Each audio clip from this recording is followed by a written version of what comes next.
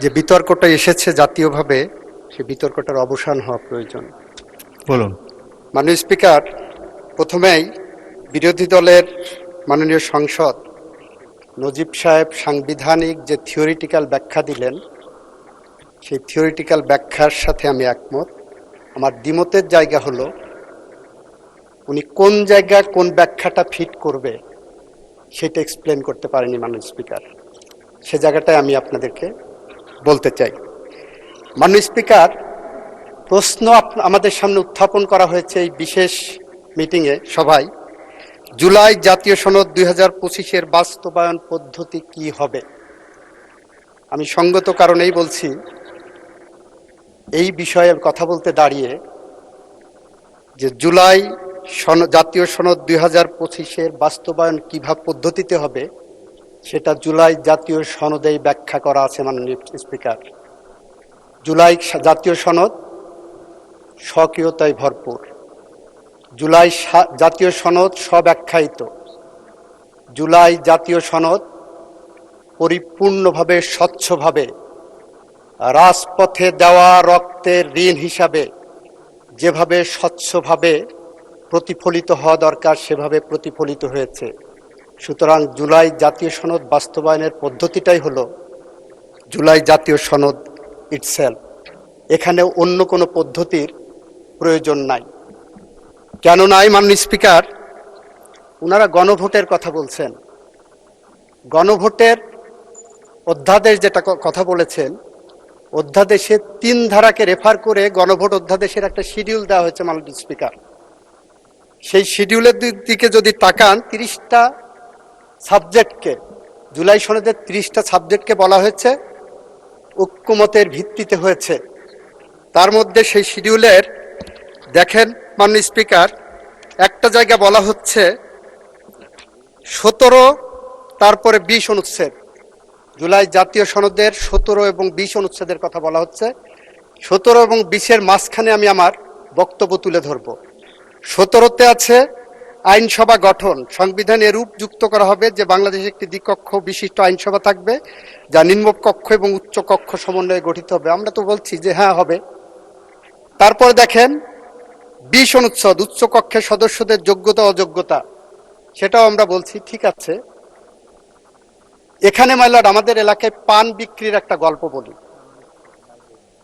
মাননীয় স্পিকার, পান বিক্রির একটা গল্প বলি।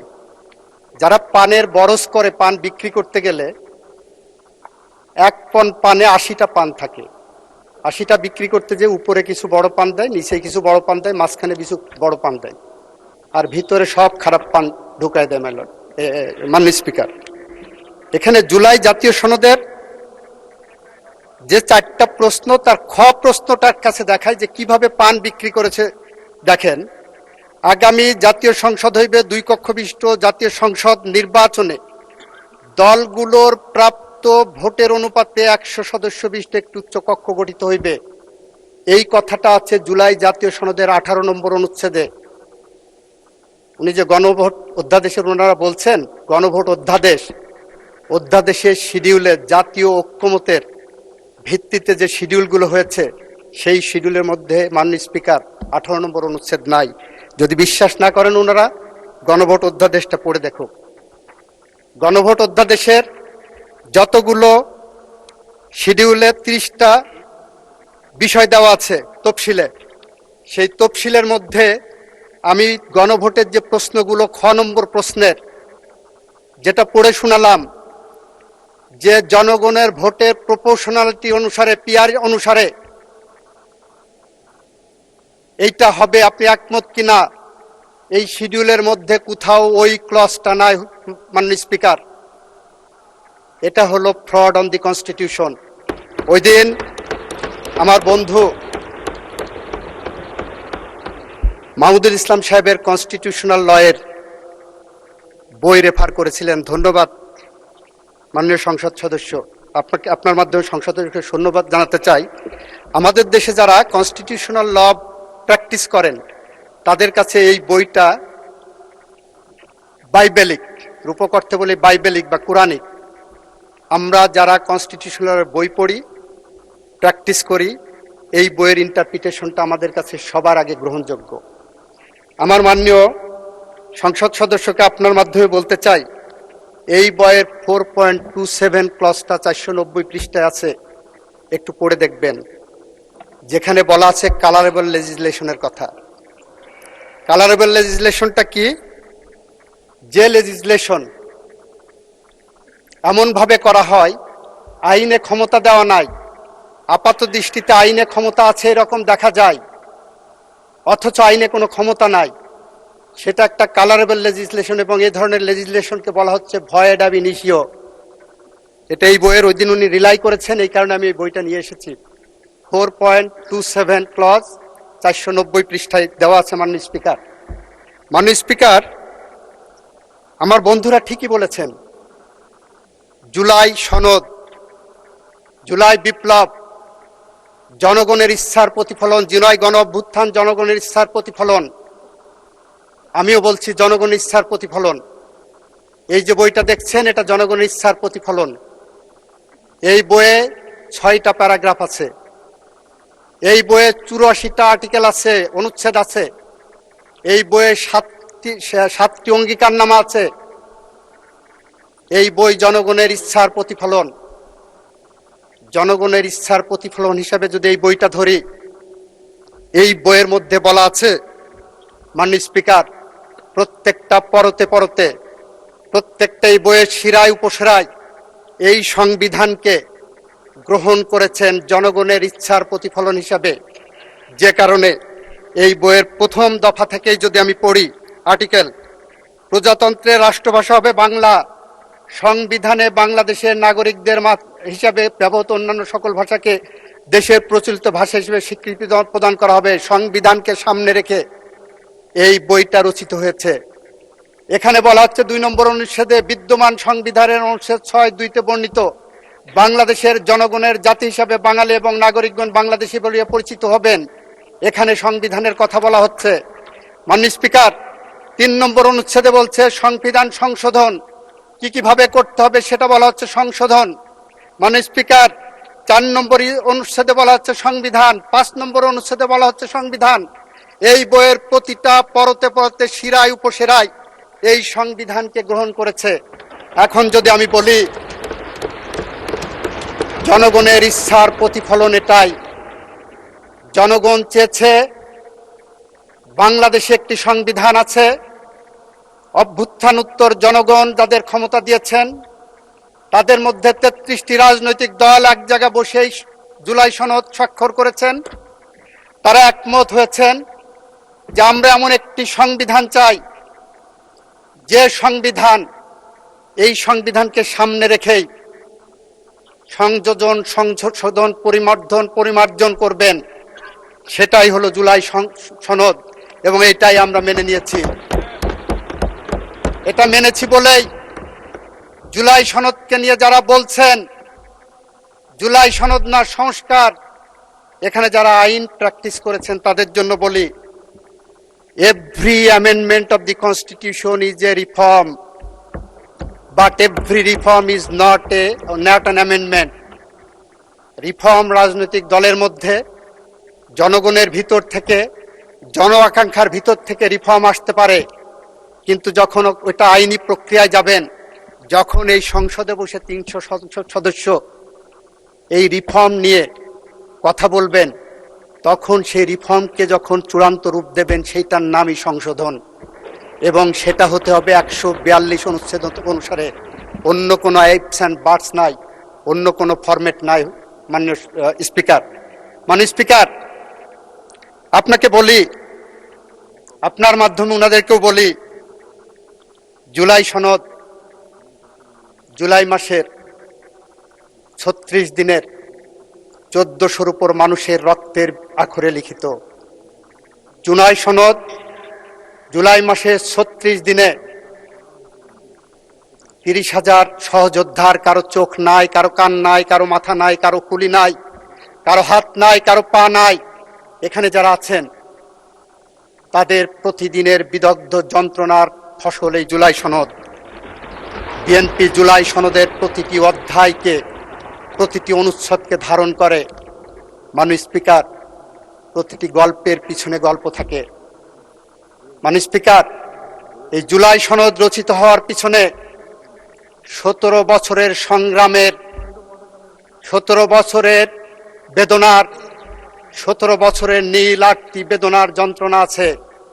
এই জুলাই সনদের পিছনে আমার বন্ধু, আমার মাননীয় সংসদ সদস্য নজিব সাহেবের, আমার মাননীয় সংসদ সদস্য আরমানের, তাদের পিতাদের প্রতি অবিচারের উপাখ্যান আছে, যাদেরকে অবিচারের শিকার করা হয়েছিল বলে পাবলিক পারসেপশন আছে।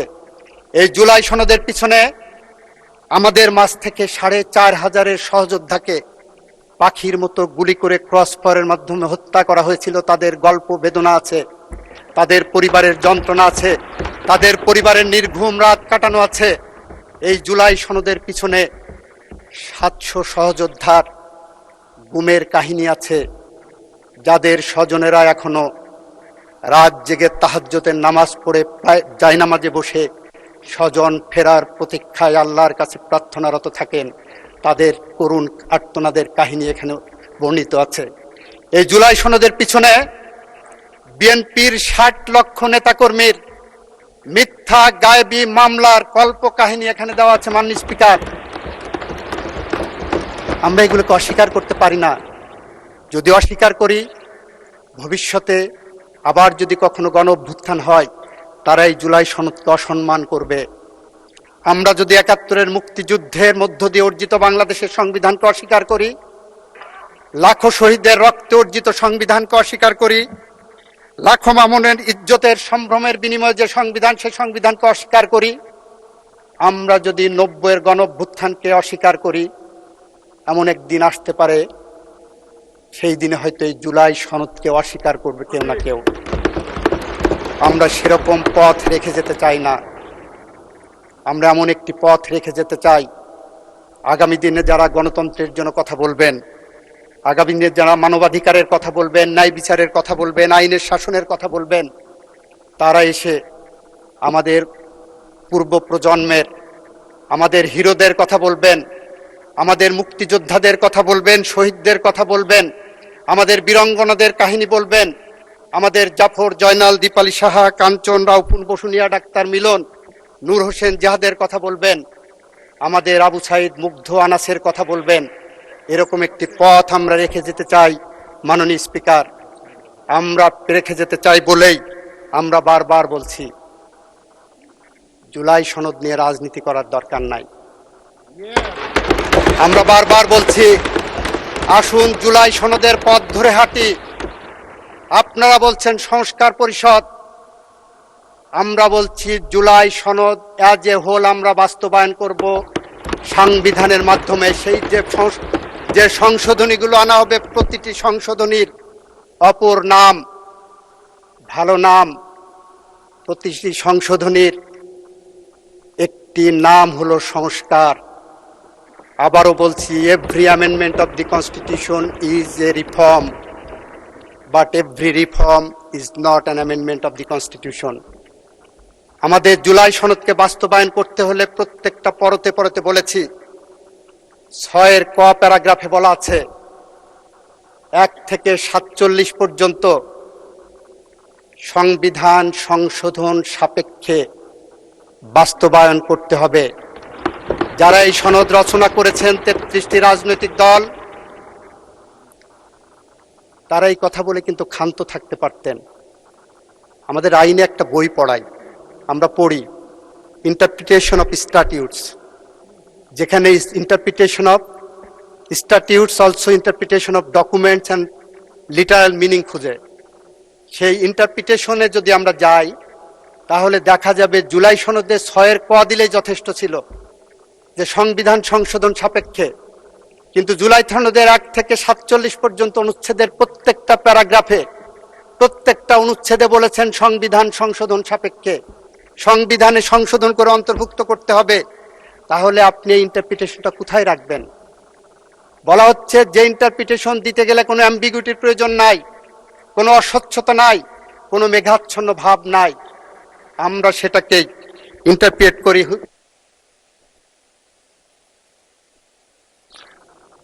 আপনি 3 মিনিটে শেষ করেন। মাননীয় স্পিকার, আমার এক বন্ধু বলেছেন, আমাদের একজন মাননীয় সংসদ সদস্য বলেছেন এটা আইন প্রণয়ন সংক্রান্ত কিনা।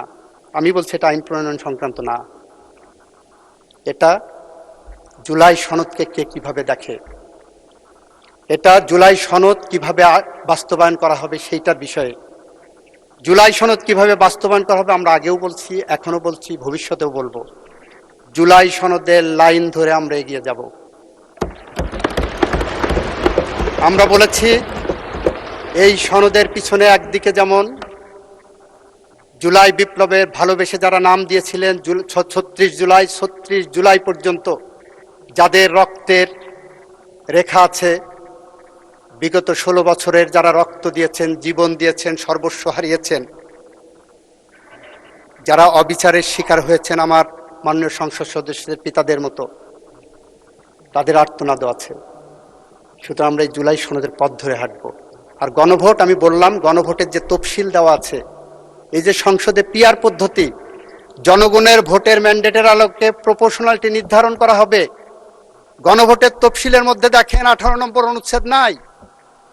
যদি 18 নম্বর অনুচ্ছেদ না থাকে তাহলে জনগণ এটা রাজনৈতিক দলগুলো একমত হয়নি, ইট ইজ অ্যাডমিটেড।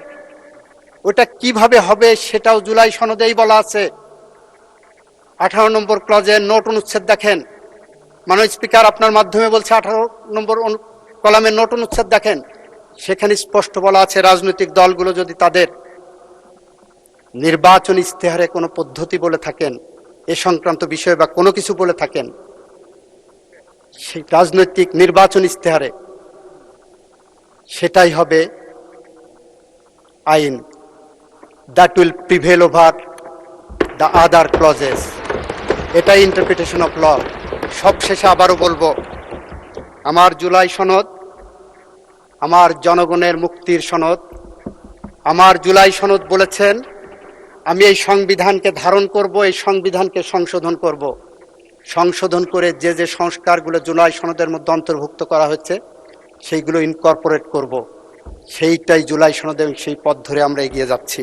সুতরাং ওনারা যে পথ ধরে এগোচ্ছেন সেই পথ আমি বলবো উদ্দেশ্য প্রণোদিত। এটা লিগাল টার্মিনোলজি, অন্যভাবে নেওয়া দরকার নেই, এটা অসৎ উদ্দেশ্য প্রণোদিত ওই পথ। এটাকে আমরা আইনের ভাষায় বলি ম্যালাফাইডিনেস, আলটেরিয়র মোটিভ। ওনাদের যদি মোটিভ হয় ওই পথে যে ফ্যাসিস্টদের ফিরিয়ে আনার কোনো পথ সুগম করতে চাই, জুলাই বিপ্লবীদের এবং জুলাই শহীদদের